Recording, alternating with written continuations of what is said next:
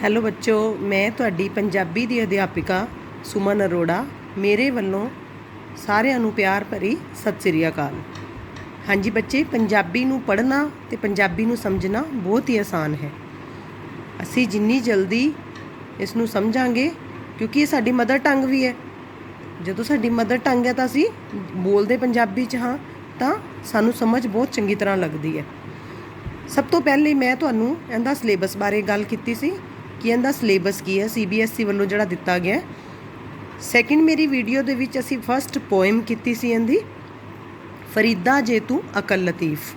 ਅਤੇ ਅੱਜ ਅਸੀਂ ਪੜ੍ਹਨ ਜਾ ਰਹੇ ਹਾਂ ਸਾਹਿਤਕ ਕਿਰਨਾਂ ਦੇ ਵਿੱਚ ਵਾਰਤਕ ਭਾਗ ਚੈਪਟਰ 9 ਕਬੱਡੀ। ਕਬੱਡੀ ਦੇ ਨਾਮ ਤੋਂ ਹੀ ਪਤਾ ਹੈ ਕਿ ਇਹ ਇੱਕ ਸਪੋਰਟਸ ਹੈ, ਇਹ ਇੱਕ ਗੇਮ ਹੈ ਜਿਹੜੀ ਕਿ ਪ੍ਰਿੰਸੀਪਲ ਸਰਵਨ ਸਿੰਘ ਦੁਆਰਾ ਲਿਖੀ ਗਈ ਹੈ। ਇਸ ਕਬੱਡੀ ਪਾਠ ਦੇ ਵਿੱਚ ਇਹ ਦੱਸਿਆ ਗਿਆ ਹੈ ਕਿ ਇਸ ਦੀ ਸ਼ੁਰੂਆਤ ਕਿੱਥੋਂ ਹੋਈ, ਇਹਦਾ ਮੇਨ ਧਾਲੀਵਾਲ ਕੌਣ ਸੀਗਾ, ਇਹਦਾ ਜੇਤੂ ਕੌਣ ਰਿਹਾ। ਇਸ ਤਰੀਕੇ ਨਾਲ ਕਬੱਡੀ ਦੀਆਂ ਬਹੁਤ ਸਾਰੀਆਂ ਗੱਲਾਂ ਪਾਠ ਦੇ ਵਿੱਚ ਸਮਝਾਈਆਂ ਗਈਆਂ ਹਨ। ਹਾਂਜੀ ਬੱਚੇ, ਮੈਂ ਸਭ ਤੋਂ ਪਹਿਲੇ ਉਹਨਾਂ ਦੀ ਰੀਡਿੰਗ ਸਟਾਰਟ ਕਰਾਂਗੀ ਕਿ ਇਹ ਪ੍ਰਿੰਸੀਪਲ ਸਰਵਨ ਸਿੰਘ ਪ੍ਰਸਿੱਧ ਖੇਡ ਲੇਖਕ ਹਨ ਜਿਨ੍ਹਾਂ ਨੇ ਇਸ ਕਬੱਡੀ ਚੈਪਟਰ ਨੂੰ ਲਿਖਿਆ ਹੈ। ਉਹਨਾਂ ਦਾ ਜਨਮ ਜ਼ਿਲ੍ਹਾ ਲੁਧਿਆਣਾ ਤੋਂ ਦੇ ਪਿੰਡ ਚੱਕਰ ਵਿਖੇ 8 ਜੁਲਾਈ 1940 ਨੂੰ ਪਿਤਾ ਬਾਬੂ ਸਿੰਘ ਸੰਧੂ ਦੇ ਘਰ ਮਾਤਾ ਕਰਤਾਰ ਕੌਰ ਦੇ ਕੁੱਖੋਂ ਹੋਇਆ। ਪੰਜਾਬ ਦੇ ਉੱਘੇ ਖਿਡਾਰੀ, ਖੇਡ ਸੰਸਾਰ, ਪੰਜਾਬੀ ਖਿਡਾਰੀ, ਖੇਡ ਜਗਤ ਵਿੱਚ ਭਾਰਤ ਓਲੰਪਿਕ ਖੇਡਾਂ ਪਿੰਡ ਦੀ ਸੱਥ ਤੋਂ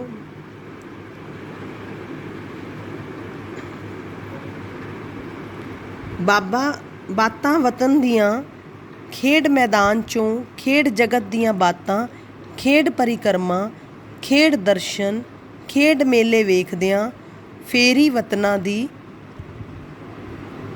ਅੱਖੀਂ ਵੇਖ ਨਾ ਰੱਜੀਆਂ। ਪੰਜਾਬ ਦੀਆਂ ਦੇਸੀ ਖੇਡਾਂ, ਖੇਡਾਂ ਦੀ ਦੁਨੀਆ, ਮੇਲੇ ਕਬੱਡੀ ਦੇ, ਅਮਰਦੀਪ ਕਾਲਜ ਦੇ ਦਾਨਵੀਰ, ਪੰਜਾਬ ਦੇ 94 ਖਿਡਾਰੀ, ਅੱਖੀ ਡਿੱਠਾ ਕਬੱਡੀ ਵਰਲਡ ਕੱਪ, ਐਥੇਨਸ ਤੋਂ ਲੰਡਨ ਆਦਿ ਕਿੱਸਾ ਕਬੱਡੀ ਦਾ, ਗੋਲਡਨ ਗੋਲ, ਓਲੰਪਿਕ ਖੇਡਾਂ ਦੀ ਸਦੀ, ਖੇਡ ਦੇ ਸਿਧਾਂਤ ਵਾਰਤਾ, ਬਲਬੀਰ ਸਿੰਘ ਦੀ ਜੀਵਨੀ ਆਦਿ ਉਹਨਾਂ ਦੀਆਂ ਪੁਸਤਕਾਂ ਹਨ। ਬੱਚੇ ਤੁਸੀਂ ਧਿਆਨ ਨਾਲ ਪੜ੍ਹਿਓ। ਜੇ ਇਹਨਾਂ ਦੇ ਨਾਮ ਹੈ, ਜਿਹੜੇ ਜਿੰਨੇ ਵੀ ਨਾਮ ਇਹਨਾਂ ਦੀਆਂ ਕਿਤਾਬਾਂ ਦੇ ਹਨ, ਇਹਨਾਂ ਦੀਆਂ ਪੁਸਤਕਾਂ ਦੇ ਹਨ, ਉਹ ਸਾਰੇ ਖੇਡਾਂ 'ਤੇ ਹਨ। ਅੱਖੀ ਡਿੱਠਾ ਕਬੱਡੀ ਵਰਲਡ ਕੱਪ, ਮੇਲੇ ਕਬੱਡੀ ਦੇ, ਖੇਡਾਂ ਦੀ ਦੁਨੀਆ, ਖੇਡ ਤੇ ਸਿਧਾਂਤ ਵਾਰਤਾ, ਸਿਹਤ ਵਾਰਤਾ, ਇੱਦਾਂ ਕਰਕੇ ਸਾਰੇ ਜਿੰਨੇ ਵੀ ਨਾਂ ਹਨ ਇਹਨਾਂ ਦੀਆਂ ਪੁਸਤਕਾਂ ਦੇ, ਉਹ ਖੇਡ 'ਤੇ ਹਨ। ਅਤੇ ਹੈ ਵੀ ਕਿਹੜੀ ਖੇਡ 'ਤੇ? ਕਬੱਡੀ 'ਤੇ। ਬਲਬੀਰ ਸਿੰਘ ਦੀ ਜੀਵਨੀ ਆਦਿ ਉਹਨਾਂ ਦੀਆਂ ਪੁਸਤਕਾਂ ਹਨ। ਹੱਸਦਿਆਂ ਖੇਡਦਿਆਂ ਸਵੈ ਜੀਵਨੀ ਹੈ। ਸਪੋਰਟਸਮੈਨ ਆਫ ਪੰਜਾਬ ਉਹਨਾਂ ਦੀ ਅੰਗਰੇਜ਼ੀ ਭਾਸ਼ਾ ਦੇ ਵਿੱਚ ਇੱਕ ਹੋਰ ਪੁਸਤਕ ਹੈ। ਪ੍ਰਿੰਸੀਪਲ ਸਰਵਨ ਸਿੰਘ ਦੁਆਰਾ ਲਿਖੀ ਗਈ ਇਹ ਕਬੱਡੀ। ਹੁਣ ਅਸੀਂ ਇਹ ਪਾਠ ਦਾ ਸਾਰ ਪੜ੍ਹਾਂਗੇ ਕਿ ਇਸ ਪਾਠ ਦੇ ਵਿੱਚ ਦਿੱਤਾ ਕੀ ਗਿਆ। ਹਾਂਜੀ ਬੱਚੇ, ਕਬੱਡੀ ਪੰਜਾਬੀਆਂ ਦੀ ਮਾਂ ਖੇਡ ਮੰਨੀ ਗਈ ਹੈ। ਬੇਟੇ ਧਿਆਨ ਨਾਲ ਪੜ੍ਹਿਓ ਮੇਰੇ ਨਾਲ, ਕਿਉਂਕਿ ਜਿਹੜੇ ਇਹਦੇ ਵਿੱਚੋਂ ਅਸੀਂ ਕੁਐਸਚਨ ਬਣਾ ਕੇ ਪੇਪਰ ਦੇ ਵਿੱਚ ਦਿੰਦੇ ਹਾਂ, ਆਲਮੋਸਟ ਕੰਟੈਂਟ ਬੇਸਡ ਹੁੰਦੇ ਆ। ਜਿਹੜੇ 1 ਮਾਰਕ ਦੇ ਆ ਉਹ ਵੀ ਕੰਟੈਂਟ ਬੇਸਡ ਆ ਜਾਂਦੇ ਆ, ਅਤੇ 3-4 ਲਾਈਨਸ ਵਾਲੇ ਜਿਹੜੇ ਹੁੰਦੇ ਆ ਉਹ ਵੀ ਅਸੀਂ ਕੰਟੈਂਟ ਬੇਸਡ 'ਚੋਂ ਵੀ ਚੱਕ ਲੈਂਦੇ ਹਾਂ। ਅਤੇ ਪਲੀਜ਼ ਧਿਆਨ ਨਾਲ ਪੜ੍ਹਿਓ ਚੈਪਟਰ ਨੂੰ ਅਤੇ ਧਿਆਨ ਨਾਲ ਸਮਝਿਓ। ਕਬੱਡੀ ਪੰਜਾਬੀਆਂ ਦੀ ਮਾਂ ਖੇਡ ਮੰਨੀ ਗਈ ਹੈ। ਸ਼ਾਇਦ ਹੀ ਕੋਈ ਪੰਜਾਬੀ ਹੋਵੇ ਜਿਸ ਦਾ ਖਿਡਾਰੀ ਜਾਂ ਦਰਸ਼ਕ ਦੇ ਰੂਪ ਵਿੱਚ ਕਬੱਡੀ ਨਾਲ ਲਗਾਓ ਨਾ ਰਿਹਾ ਹੋਵੇ, ਕਿ ਕੋਈ ਵੀ ਇਹੋ ਜਿਹਾ ਪੰਜਾਬੀ ਹੋਵੇਗਾ ਜਿਹੜਾ ਕਬੱਡੀ ਨੂੰ ਪਿਆਰ ਨਾ ਕਰਦਾ ਹੋਵੇ। ਅਜੋਕੇ ਪੇਂਡੂ ਪੰਜਾਬ ਵਿੱਚ ਕਬੱਡੀ ਸਭ ਤੋਂ ਮਕਬੂਲ ਖੇਡ ਹੈ। ਇਸ ਖੇਡ ਵੱਲ ਆਮ ਪੰਜਾਬੀਆਂ ਦੀ ਇੰਨੀ ਖਿੱਚ ਹੈ ਕਿ ਇੱਕ ਬੰਨੇ ਓਲੰਪਿਕ ਖੇਡਾਂ ਹੋ ਰਹੀਆਂ ਹੋਣ ਅਤੇ ਦੂਜੇ ਬੰਨੇ ਉੱਚੇ ਪਾਏ ਦੀ ਕਬੱਡੀ ਤਾਂ ਉਹ ਕਬੱਡੀ ਵੇਖਣ ਨੂੰ ਤਰਜੀਹ ਦੇਣਗੇ। ਤਰਜੀਹ ਦਾ ਮਤਲਬ ਪ੍ਰੈਫਰੈਂਸ ਉਹ ਕਬੱਡੀ ਨੂੰ ਦੇਣਗੇ। ਜੇ ਕਦੇ ਇੱਧਰਲੇ ਤੇ ਉੱਧਰਲੇ ਪੰਜਾਬ ਦਾ ਅਸਲੀ ਕਬੱਡੀ ਮੈਚ ਹੋਵੇ ਤਾਂ ਵੱਡੇ ਤੋਂ ਵੱਡਾ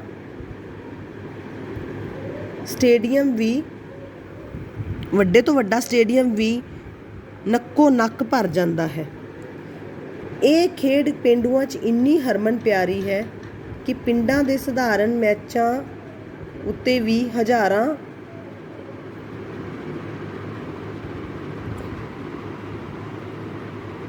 ਹਜ਼ਾਰਾਂ ਦਰਸ਼ਕ ਜੁੜ ਜਾਂਦੇ ਹਨ। 1974 ਯਾਨੀ ਕਿ 1974 ਵਿੱਚ ਜਦੋਂ ਪੰਜਾਬ ਦੀ ਕਬੱਡੀ ਟੀਮ ਇੰਗਲੈਂਡ ਦੇ ਪੰਜਾਬੀਆਂ ਦੀ ਟੀਮ ਵਿਰੁੱਧ ਮੈਚ ਖੇਡਣ ਲਈ ਲੰਡਨ ਗਈ ਤਾਂ ਉੱਥੇ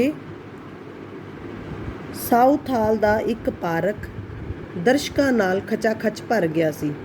ਗੋਰੇ ਹੈਰਾਨ ਸਨ ਕਿ ਇਹ ਕਿਹੜੀ ਖੇਡ ਹੈ। ਇਸ ਨੂੰ ਓਵਰ ਟਾਈਮ ਲਾਉਣ ਵਾਲੇ ਪੰਜਾਬੀ ਦਿਹਾੜੀਆਂ ਭੰਨ ਕੇ ਵੀ ਦੇਖ ਰਹੇ ਹਨ। ਕਬੱਡੀ ਦੀ ਖੇਡ ਪੰਜਾਬੀ ਸੱਭਿਆਚਾਰ ਦਾ ਅਨਿੱਖੜਵਾਂ ਅੰਗ ਹੈ। ਪੰਜਾਬੀ ਜਿੱਥੇ ਵੀ ਗਏ ਹਨ ਇਸ ਖੇਡ ਨੂੰ ਆਪਣੇ ਨਾਲ ਹੀ ਲੈ ਕੇ ਗਏ ਹਨ। ਇਹ ਖੇਡ ਪੰਜਾਬ ਦੇ ਭੂਗੋਲ ਤੇ ਇਤਿਹਾਸ ਤੋਂ ਸੁਭਾਵਿਕ ਤੌਰ ਤੇ ਉਪਜੀ ਹੈ। ਪੰਜਾਬ ਦੀ ਧਰਤੀ ਸਦੀਆਂ ਬੱਧੀ ਹੱਲਿਆਂ ਤੇ ਉਹਨਾਂ ਦੀਆਂ ਠੱਲਾਂ ਦਾ ਮੈਦਾਨ ਬਣੀ ਰਹੀ ਹੈ। ਕਬੱਡੀ ਦੀ ਖੇਡ ਪੰਜਾਬੀ ਸੱਭਿਆਚਾਰ ਦਾ ਨਿਖੜਵਾਂ ਅੰਗ ਹੈ, ਯਾਨੀ ਕਿ ਜਿਹੜਾ ਪੰਜਾਬੀ ਕਲਚਰ ਹੈ ਕਬੱਡੀ ਦੀ ਖੇਡ ਉਹਦਾ ਸਭ ਤੋਂ ਇੰਪੋਰਟੈਂਟ ਅੰਗ ਹੈ। ਪੰਜਾਬੀ ਜਿੱਥੇ ਵੀ ਗਏ ਹਨ ਉੱਥੇ ਨਾਲ ਲੈ ਕੇ ਗਏ ਹਨ। ਕਹਿਣ ਦਾ ਅਰਥ ਹੈ ਕਿ ਜੇ ਪੰਜਾਬੀ ਵਿਦੇਸ਼ ਵਿੱਚ ਵੀ ਗਏ ਹਨ ਤਾਂ ਉਹ ਕਬੱਡੀ ਦੀ ਖੇਡ ਨੂੰ ਨਾਲ ਲੈ ਕੇ ਗਏ ਹਨ। ਅੱਜ ਦੇ ਟਾਈਮ ਦੇ ਵਿੱਚ ਉੱਥੇ ਵੀ ਕਬੱਡੀ ਖੇਡੀ ਜਾਂਦੀ ਹੈ। ਪੰਜਾਬ ਦੀ ਧਰਤੀ ਸਦੀਆਂ ਬੱਧੀ ਹੱਲਿਆਂ ਤੋਂ ਉਹਨਾਂ ਦੀਆਂ ਠੱਲਾਂ ਦਾ ਮੈਦਾਨ ਬਣੀ ਰਹੀ ਹੈ। ਕਬੱਡੀ ਦੀ ਖੇਡ ਰਾਹੀਂ ਪੰਜਾਬ ਦਾ ਇਤਿਹਾਸ ਰੂਪਮਾਨ ਹੁੰਦਾ ਹੈ। ਕਬੱਡੀ ਦੀ ਖੇਡ ਤੋਂ ਹੀ ਪਤਾ ਚੱਲਦਾ ਹੈ ਕਿ ਪੰਜਾਬ ਦਾ ਇਤਿਹਾਸ ਕੀ ਹੈ।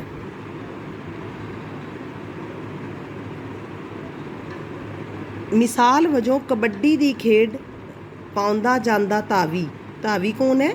ਜਿਹੜਾ ਦੌੜ ਰਿਹਾ, ਜਿਹੜਾ ਕਬੱਡੀ ਖੇਲ ਰਿਹਾ, ਦੇ ਰੂਪ ਵਿੱਚ ਹੱਲਾ ਬੋਲਦਾ ਹੈ। ਅੱਗੇ ਕੋਈ ਖਿਡਾਰੀ ਉਸ ਨਾਲ ਮੱਥਾ ਲਾਉਣ ਲਈ ਨਿੱਤਰਦਾ ਹੈ, ਜਿਵੇਂ ਹਮਲੇ ਨੂੰ ਠੱਲ ਪਾ ਰਿਹਾ ਹੋਵੇ। ਠੱਲ ਮੀਨਸ ਰੋਕਣਾ ਹੋਵੇ। ਧਾਵੀ ਤਕੜਾ ਹੋਵੇ ਤਾਂ ਉਹ ਠੱਲ ਪਾਉਣ ਵਾਲੇ ਨੂੰ ਭੰਨ ਮਰੋੜ ਕੇ ਉਹਦੇ ਉੱਤੇ ਫਤਿਹ ਹਾਸਲ ਕਰਦੇ ਹਨ। ਫਤਿਹ ਹਾਸਲ ਕਰਕੇ ਸੁੱਖੀ ਸਾਂਦੀ ਆਪਣੇ ਘਰ ਪਰਤਾਉਂਦਾ ਹੈ। ਹਾਂਜੀ ਬੱਚੇ, ਕਬੱਡੀ ਤੁਸੀਂ ਖੇਡ ਬਹੁਤ ਵਾਰੀ ਦੇਖਿਆ ਹੈ ਕਿ ਜਿਹੜਾ ਆਪਣੇ ਸਕੂਲ ਦੇ ਵਿੱਚ ਵੀ ਖੇਡਿਆ ਜਾਂਦਾ ਹੈ। ਦੋ ਤਰਫ ਧਾਵੀ ਹੁੰਦੇ ਹਨ, ਦੋਨੋਂ ਪਾਸੇ ਦੋ ਟੀਮ ਬਣਾ ਕੇ ਖੇਡਿਆ ਜਾਂਦਾ ਹੈ। ਇੱਕ ਪਾਸੇ ਇੱਕ ਟੀਮ, ਦੂਜੇ ਪਾਸੇ ਦੂਜੀ ਟੀਮ, ਤੇ ਉਹਦੇ ਵਿੱਚ ਜਿਹੜਾ ਇੱਕ ਹੈ ਇੱਕ ਇੱਕ ਕਰਕੇ ਕੋਡੀ ਕਰਕੇ ਉਸ ਦੂਜੇ ਪਾਸੇ ਨੂੰ ਜਾਂਦਾ ਹੈ ਤੇ ਜਿਹੜਾ ਉਹਨੂੰ ਹੱਥ ਲਾ ਕੇ ਵਾਪਸ ਪਰਤੇ ਆਉਂਦਾ ਹੈ। ਸੁੱਕੀ ਸਾਂਦੀ ਜਿਹੜਾ ਆਪਣੇ ਘਰ ਪਰਤੇ ਆਉਂਦਾ ਹੈ। ਇਹਦਾ ਅਰਥ ਇਹ ਦੱਸਿਆ ਗਿਆ ਹੈ। ਜੇਕਰ ਮਾੜਾ ਹੋਵੇ ਤੇ ਅੱਗੋਂ ਤਕੜੇ ਹੋਣ ਤਾਂ ਉਹ ਖੁਦ ਮਾਰਿਆ ਜਾਂਦਾ ਹੈ। ਇਹ ਪੰਜਾਬ ਦਾ ਇਤਿਹਾਸ ਹੈ। ਜਿਹੜਾ ਹਮਲਾਵਰ ਪੰਜਾਬ ਉੱਤੇ ਚੜ੍ਹਿਆ, ਜੇ ਉਹ ਤਕੜਾ ਸੀ ਤਾਂ ਉਸਨੇ ਪੰਜਾਬੀਆਂ ਨੂੰ ਮਾਰਿਆ ਤੇ ਲੁੱਟਿਆ, ਅਤੇ ਜੋ ਮਾੜਾ ਸੀ ਤਾਂ ਪੰਜਾਬੀਆਂ ਹੱਥੋਂ ਖੋਇਆ ਤੇ ਮਾਰਿਆ ਗਿਆ। ਹਾਂਜੀ ਬੱਚੇ, ਜਿਹੜਾ ਹੁਣ ਇਹਦਾ ਇਹ ਸਟੈਂਜਾ ਹੈ ਇਹ ਬਹੁਤ ਇੰਪੋਰਟੈਂਟ ਹੈ। ਕਬੱਡੀ ਸ਼ਬਦ ਕਬੱਡ ਤੋਂ ਬਣਿਆ ਹੈ, ਜਿਸ ਦਾ ਅਰਥ ਹੈ ਕੱਬਾ। ਹਾਂਜੀ, ਇਹ ਕੁਐਸਚਨ ਬਣ ਸਕਦਾ ਹੈ ਕਿ ਕਬੱਡੀ ਸ਼ਬਦ ਕਿੱਥੋਂ ਬਣਿਆ ਹੈ ਤੇ ਇਸ ਦਾ ਅਰਥ ਕੀ ਹੈ। ਧਾਵੀ ਕਬੱਡੀ ਕਹਿੰਦਾ ਧਾਵਾ ਕਰਦਾ ਹੈ, ਜਿਵੇਂ ਆਖ ਰਿਹਾ ਹੋਵੇ ਕਿ ਮੈਂ ਕੱਬਾ ਹਾਂ, ਮੈਥੋਂ ਬਚੋ। ਅੱਗੋਂ ਕੱਬੇ ਨੂੰ ਕੱਬਾ ਹੀ ਟੱਕਰਦਾ ਹੈ ਤੇ ਜਿੱਤ ਤਕੜੇ ਦੀ ਹੁੰਦੀ ਹੈ। ਕਬੱਡੀ ਦੇ ਵਿੱਚ ਹਮੇਸ਼ਾ ਜਿੱਤ ਜਿਹੜਾ ਤਕੜਾ ਹੋਊਗਾ ਉਸ ਦੀ ਹੋਏਗੀ। ਇਸ ਖੇਡ ਰਾਹੀਂ ਪੰਜਾਬੀਆਂ ਦੇ ਕੱਬੇ ਸੁਭਾਅ ਦੀ ਵੀ ਝਲਕ ਦਿਸਦੀ ਹੈ। ਜੇਕਰ ਕਬੱਡੀ ਦੀ ਖੇਡ ਦਾ ਵਿਗਿਆਨਿਕ ਅਧਿਐਨ ਕਰੀਏ ਤੇ ਇਹ ਇੱਕ ਸੰਪੂਰਨ ਤੇ ਅਮੀਰ ਖੇਡ ਸਿੱਧ ਹੁੰਦੀ ਹੈ। ਇਸ ਖੇਡ ਵਿੱਚ ਕਈ ਖੇਡਾਂ ਦੇ ਰਲੇ ਮਿਲੇ ਗੁਣ ਮਿਲਦੇ ਹਨ। ਇਸ ਦੇ ਵਿੱਚ ਦਮ, ਦੌੜ ਤੇ ਤਾਕਤ ਦੀ ਪਰਖ ਹੋ ਜਾਂਦੀ ਹੈ। ਚੁਸਤੀ, ਚਲਾਕੀ ਤੇ ਚਾਲ ਢਾਲ ਦਾ ਇਮਤਿਹਾਨ ਹੋ ਜਾਂਦਾ ਹੈ। ਪਕੜ ਤੇ ਪੈਂਤੜੇ ਦਾ ਵੀ ਪਤਾ ਲੱਗਦਾ ਹੈ। ਜਿਵੇਂ ਕਿ ਹਰ ਇੱਕ ਗੇਮਸ ਦੀਆਂ ਇੰਪੋਰਟੈਂਸ ਹੁੰਦੀਆਂ, ਇੱਦਾਂ ਕਬੱਡੀ ਦੀਆਂ ਵੀ ਇੰਪੋਰਟੈਂਸ ਹੈ, ਜਿਹਦੇ ਬਾਰੇ ਦੱਸਿਆ ਗਿਆ ਹੈ ਕਿ ਜਦੋਂ ਅਸੀਂ ਇਸ ਨੂੰ ਖੇਡਦੇ ਹਾਂ, ਇਹਦੇ ਵਿੱਚ ਦਮ ਅਤੇ ਦੌੜ ਦੀ ਤਾਕਤ ਉਹਨੂੰ ਪਰਖਿਆ ਜਾਂਦਾ ਹੈ। ਉਹਦੇ ਬਾਰੇ ਪਤਾ ਚੱਲ ਜਾਂਦਾ ਹੈ ਕਿ ਖਿਲਾੜੀ 'ਚ ਕਿੰਨਾ ਕੁ ਦਮ ਹੈ। ਉਹਦੀ ਚੁਸਤੀ, ਚਲਾਕੀ ਅਤੇ ਚਾਲ ਢਾਲ ਦਾ ਪਤਾ ਚੱਲ ਜਾਂਦਾ ਹੈ। ਇਮਤਿਹਾਨ ਹੋ ਜਾਂਦਾ ਹੈ ਜਦੋਂ ਇਹ ਗੇਮ ਖੇਡਦਾ ਹੈ। ਪਕੜ ਅਤੇ ਪੈਂਤੜੇ ਦਾ ਵੀ ਉਹਦਾ ਪਤਾ ਚੱਲ ਜਾਂਦਾ ਹੈ। ਇਸ ਦੇ ਵਿੱਚ ਸੂਝ, ਦ੍ਰਿੜਤਾ ਅਤੇ ਸਿੱਧੀਆਂ ਪੁੱਠੀਆਂ ਮਾਰਨ ਦੇ ਵੀ ਨਿਤਾਰੇ ਹੋ ਜਾਂਦੇ ਹਨ। ਨਿਤਾਰੇ ਦਾ ਮਤਲਬ ਕਿ ਇਹਦੇ ਵਿੱਚ ਜਿਹੜਾ ਇਨਸਾਨ ਕਬੱਡੀ ਖੇਡ ਰਿਹਾ ਹੈ, ਉਹਦੇ ਵਿੱਚ ਕਿੰਨੀ ਸੂਝ-ਬੂਝ ਹੈ, ਉਹ ਕਿੰਨੀ ਦ੍ਰਿੜਤਾ ਨਾਲ ਆਪਣਾ ਕੰਮ ਕਰ ਰਿਹਾ ਹੈ, ਇਸ ਦੇ ਬਾਰੇ ਵੀ ਪਤਾ ਲੱਗਦਾ ਹੈ। ਕਬੱਡੀ ਦੀ ਖੇਡ ਵਿੱਚ ਅਸੀਂ ਐਥਲੈਟਿਕਸ ਵੀ ਹੈ ਅਤੇ ਜਿਮਨਾਸਟਿਕ ਵੀ ਹੈ, ਕੁਸ਼ਤੀ ਵੀ ਹੈ ਅਤੇ ਕਲਾ ਵੀ ਹੈ। ਇੱਕੋ ਸਾਹ ਕਬੱਡੀ ਦਾ ਆਲਾਪ ਫੇਫੜਿਆਂ ਦੀ ਗੰਦੀ ਹਵਾ ਨਿਚੋੜ ਕੇ ਉਹਨਾਂ ਨੂੰ ਤਾਜ਼ੀ ਨਰੋਈ ਹਵਾ ਦੀ ਆਵਾਜਾਈ ਦਾ ਦਰ ਖੋਲ੍ਹਦਾ ਹੈ। ਹਰੇਕ ਸਾਹ ਇੱਕ ਮਿੰਨੀ ਕੁਸ਼ਤੀ ਘੁਲਦਿਆਂ ਹੋਏ ਹੰਢਣਸਾਰੀ ਵੱਧਦੀ ਹੈ। ਸਾਹ ਨਾ ਟੁੱਟਣ ਦੇਣ ਦੀ ਦ੍ਰਿੜਤਾ ਬੰਦੇ ਨੂੰ ਔਖੀਆਂ ਘੜੀਆਂ ਵਿੱਚ ਵੀ ਜਿਉਣ ਦਾ ਹੱਲ ਸਿਖਾਉਂਦੀ ਹੈ ਜਾਂ ਵੱਲ ਸਿਖਾਉਂਦੀ ਹੈ। ਸਾਹ ਨਾ ਟੁੱਟਣ ਦੇਣ ਦੀ ਦ੍ਰਿੜਤਾ।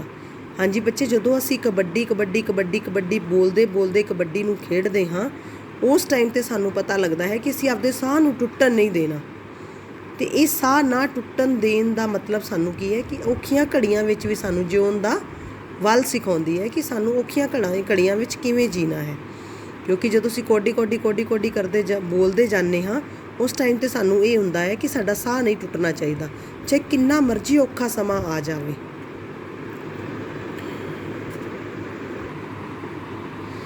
ਹੁਣ ਵੀ ਸਿਆਲਾਂ ਦੀ ਰੁੱਤੇ ਪੰਜਾਬ ਦੇ ਸੈਂਕੜੇ ਪਿੰਡਾਂ ਵਿੱਚ ਕਬੱਡੀ ਦੇ ਟੂਰਨਾਮੈਂਟ ਹੁੰਦੇ ਹਨ, ਜਿਨ੍ਹਾਂ 'ਚ ਹਜ਼ਾਰ ਖਿਡਾਰੀ ਹਿੱਸਾ ਲੈਂਦੇ ਹਨ ਅਤੇ ਦਰਸ਼ਕਾਂ ਦਾ ਸਿਹਤਮੰਦ ਮਨੋਰੰਜਨ ਵੀ ਕਰਦੇ ਹਨ। ਕਬੱਡੀ ਦੀ ਖੇਡ ਦੇ ਪੰਜਾਬ ਦੇ ਵੱਖ-ਵੱਖ ਇਲਾਕਿਆਂ ਵਿੱਚ ਅਨੇਕਾਂ ਰੂਪ ਪ੍ਰਚਲਿਤ ਰਹੇ ਹਨ। ਕਹਿਣ ਦਾ ਭਾਵ ਹੈ ਕਿ ਹਰ ਇੱਕ ਇਲਾਕੇ ਵਿੱਚ ਅਲੱਗ-ਅਲੱਗ ਤਰ੍ਹਾਂ ਦੀ ਕਬੱਡੀ ਖੇਡੀ ਜਾਂਦੀ ਹੈ। ਜਿਵੇਂ ਦਾ ਇਲਾਕਾ ਹੋਊਗਾ, ਉੱਦਾਂ ਦੀ ਕਬੱਡੀ। ਇਸ ਦੀ ਇੱਕ ਵਿਸ਼ੇਸ਼ ਰੂਪ ਵਿੱਚ ਸੌਂਚੀ ਪੱਕੀ ਹੁੰਦੀ ਸੀ। ਅਸਲ ਵਿੱਚ ਸੌਂਚੀ ਤੋਂ ਹੀ ਕਬੱਡੀ ਦੀਆਂ ਹੋਰ ਕਿਸਮਾਂ ਵਿਕਸਿਤ ਹੋਈਆਂ ਹਨ। ਇੱਕ ਕਿਸਮ ਦੀ ਗੂੰਗੀ ਕਬੱਡੀ ਜਾਂ ਚੁੱਪ ਕਬੱਡੀ ਕੋਡੀ ਸੀ, ਜਿਸ ਨੂੰ ਅੰਬਰਸਰੀ ਕੋਡੀ ਵੀ ਕਿਹਾ ਜਾਂਦਾ ਸੀ। ਇਸ ਕੋਡੀ ਵਿੱਚ ਮਾਰ ਕੁਟਾਈ ਕਾਫੀ ਹੁੰਦੀ ਸੀ। ਅੰਬਰਸਰੀ ਕਬੱਡੀ ਵਿੱਚ ਦਾਇਰਾ ਬਹੁਤ ਤੰਗ ਹੁੰਦਾ ਸੀ ਅਤੇ ਧਾਵੀ ਨੂੰ ਇੱਕ ਜਾਫੀ ਦੇ ਹੱਥੋਂ ਛੁੱਟ ਜਾਣ ਬਾਅਦ ਦੂਸਰਾ ਜਾਫੀ, ਫਿਰ ਤੀਜਾ, ਫਿਰ ਚੌਥਾ ਇੱਕ ਵਾਰੀ ਜੱਫੇ ਲਾ ਸਕਦੇ ਸਨ। ਕਹਿਣ ਦਾ ਅਰਥ ਕਿ ਜਿੱਥੇ ਕਬੱਡੀ ਖੇਡੀ ਜਾਂਦੀ ਸੀ, ਉਹਨਾਂ ਦੇ ਵਿੱਚ ਜਿਹੜਾ ਜਗ੍ਹਾ ਦਾ ਹੁੰਦਾ ਸੀਗਾ, ਦਾਇਰਾ ਹੁੰਦਾ ਸੀ, ਉਹ ਬਹੁਤ ਤੰਗ ਹੁੰਦਾ ਸੀ। ਲਾਹੌਰੀ ਕੋਡੀ ਵਿੱਚ ਦਾਇਰਾ ਨਹੀਂ ਸੀ ਹੁੰਦਾ, ਸਿਰਫ 6 ਢੇਰੀਆਂ ਹੁੰਦੀਆਂ ਸਨ। ਜਾਫੀ ਤੇ ਧਾਵੀ ਦੇ ਢੇਰੀਆਂ ਉੱਤੇ ਖੜ੍ਹ ਜਾਂਦੇ ਸਨ ਅਤੇ ਵਿਰੋਧੀ ਧਿਰ ਦੀ ਢੇਰੀ ਨੂੰ ਹੱਥ ਲਾ ਕੇ ਜਾਂ ਉੱਪਰ ਦੀ ਗੇੜਾ ਕੱਢ ਕੇ ਘਰ ਪਰਤਣਾ ਹੁੰਦਾ ਸੀ। ਇਹ ਬੇਟੇ ਅਲੱਗ-ਅਲੱਗ ਕਿਸਮ ਦੀਆਂ ਕਬੱਡੀਆਂ ਹਨ, ਜਿਨ੍ਹਾਂ ਬਾਰੇ ਸਾਨੂੰ ਦੱਸਿਆ ਗਿਆ ਹੈ ਕਿ ਲਾਹੌਰੀ ਕਬੱਡੀ ਕਿਹੜੀ ਸੀ ਅਤੇ ਅੰਬਰਸਰੀ ਕਬੱਡੀ ਕਿਹੜੀ ਸੀ। ਵਿਰੋਧੀ ਧਿਰ ਦੀ ਢੇਰੀ ਨੂੰ ਹੱਥ ਲਾ ਕੇ ਉੱਪਰ ਦੀ ਗੇੜਾ ਕੱਢ ਕੇ ਘਰ ਪਰਤਣਾ ਹੁੰਦਾ ਸੀ। ਲਾਇਲਪੁਰੀ ਕੋਡੀ ਵਿੱਚ ਖੇਡਣ ਦੌਰਾਨ ਪਾਣੀ ਦੀ ਘੁੱਟ ਵੀ ਨਹੀਂ ਸੀ ਪੀਣ ਦਿੱਤੀ ਜਾਂਦੀ। ਫਿਰੋਜ਼ਪੁਰੀ ਕੋਡੀ ਵਿੱਚ ਖਿਡਾਰੀ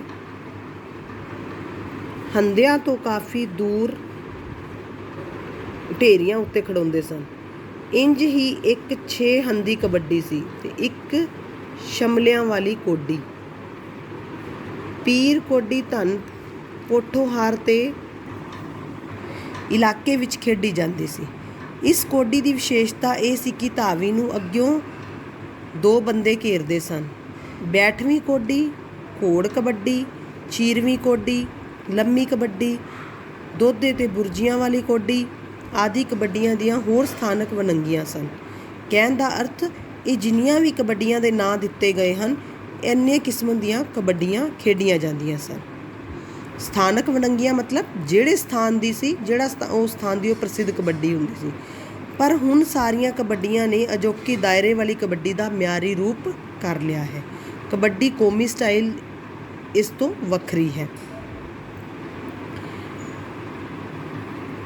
ਪੰਜਾਬੀ ਸਟਾਈਲ ਕਬੱਡੀ, ਜਿਸ ਨੂੰ ਦਾਇਰੇ ਵਾਲੀ ਕਬੱਡੀ ਵੀ ਕਿਹਾ ਜਾਂਦਾ ਹੈ, ਹੁਣ ਇਹਦੇ ਵਿੱਚ ਕੀ ਦੱਸਿਆ ਗਿਆ ਹੈ ਕਿ ਉਹਦੇ ਵਿੱਚ ਕਿੰਨਾ ਦਾਇਰਾ ਲਿਆ ਜਾਂਦਾ ਸੀ। 22 ਮੀਟਰ ਦੇ ਦਾਇਰੇ ਵਿੱਚ ਖੇਡੀ ਜਾਂਦੀ ਹੈ। ਪਹਿਲਾਂ ਇਸ ਨੂੰ 75 ਫੁੱਟ ਦਾ ਦਾਇਰਾ ਕਿਹਾ ਜਾਂਦਾ ਸੀ। ਹੁਣ 22 ਮੀਟਰ ਲੰਬਾਈ ਤੱਕ ਫੀਤਾ ਖੋਲ੍ਹ ਕੇ ਮਾਪ ਲਿਆ ਜਾਂਦਾ ਹੈ। ਆਲੇ ਦੁਆਲੇ ਦਾਇਰਾ ਲਕੀਰ ਲਿਆ ਜਾਂਦਾ ਹੈ ਜਾਂ ਮਾਪ ਲਿਆ ਜਾਂਦਾ ਹੈ। ਵਿਚਕਾਰ ਸਿੱਧੀ ਲਕੀਰ ਦਾ ਪਾੜਾ ਖਿੱਚ ਦਿੱਤਾ ਜਾਂਦਾ ਹੈ। ਪਾੜਾ ਦਾ ਮਤਲਬ ਉਹਨਾਂ ਨੂੰ ਅੱਡ ਅੱਡ ਕਰ ਦਿੱਤਾ ਜਾਂਦਾ ਹੈ, ਅੱਧਾ ਉਸ ਪਾਸੇ ਤੇ ਅੱਧਾ ਉਸ ਪਾਸੇ, ਉਸ ਨੂੰ ਪਾੜਾ ਕਿਹਾ ਜਾਂਦਾ ਹੈ। ਉਸ ਪਾੜੇ ਦੇ ਵਿਚਕਾਰ 6 ਮੀਟਰ ਦੀ ਵਿੱਥ ਤੇ 2 ਢੇਰੀਆਂ ਲਾ ਲਈਆਂ ਜਾਂਦੀਆਂ ਹਨ, ਜਿਨ੍ਹਾਂ ਨੂੰ ਹੰਦੇ ਕਿਹਾ ਜਾਂਦਾ ਹੈ।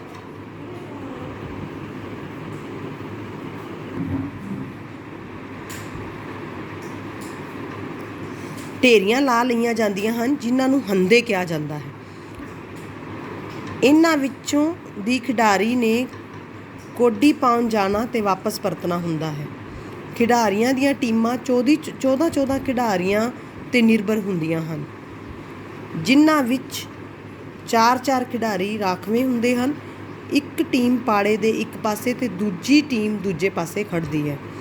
ਰਾਖਵੇਂ ਦਾ ਮਤਲਬ ਕਿ ਜਿਵੇਂ ਕੋਈ ਘਾਇਲ ਹੋ ਜਾਂਦਾ ਹੈ, ਜਿਵੇਂ ਕੋਈ ਫੱਟੜ ਹੋ ਗਿਆ, ਤਾਂ ਉਸ ਤੋਂ ਬਾਅਦ ਉਹਨੂੰ ਬਾਹਰ ਕੱਢ ਕੇ ਦੂਜੇ ਨੂੰ ਲੈ ਲਿਆ ਜਾਂਦਾ ਹੈ।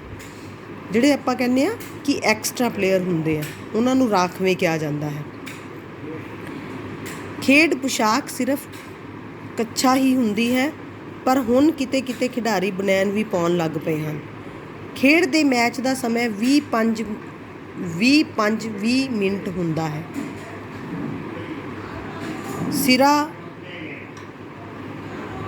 ਸਿੱਕਾ ਉਛਾਲ ਕੇ ਟਾਸ ਦਾ ਫੈਸਲਾ ਕੀਤਾ ਜਾਂਦਾ ਹੈ। ਟਾਸ ਜਿੱਤਣ ਵਾਲੀ ਟੀਮ ਨੂੰ ਜੇਤੂ ਗਿਣੀ ਜਾਂਦੀ ਹੈ। ਬਰਾਬਰ ਅੰਕਾਂ ਦੀ ਸਥਿਤੀ ਵਿੱਚ ਪਹਿਲਾ ਅੰਕ ਹਾਸਲ ਕਰਨ ਵਾਲੀ ਟੀਮ ਨੂੰ